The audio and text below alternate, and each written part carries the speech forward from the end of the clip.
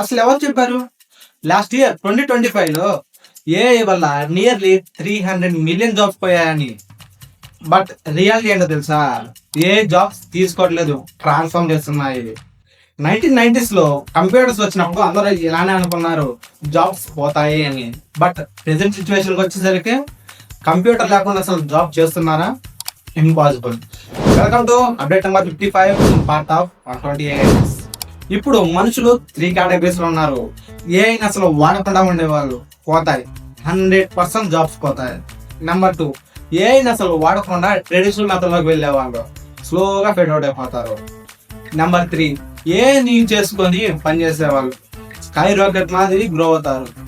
And recent survey ప్రకారం ఏఐని use చేసుకొని పనిచేసే వాళ్ళు 40% ఫాస్టర్ గా పనిచేస్తున్నారు. అండ్ ఇంతకు ముందు వాటితో కంపేర్ చేస్తే ప్రమోషన్స్ డబుల్ అయ్యాయి.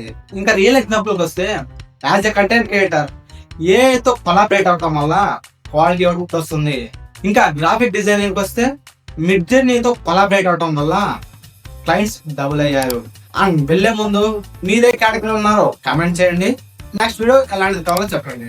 And like and subscribe మర్చిపోమాకే.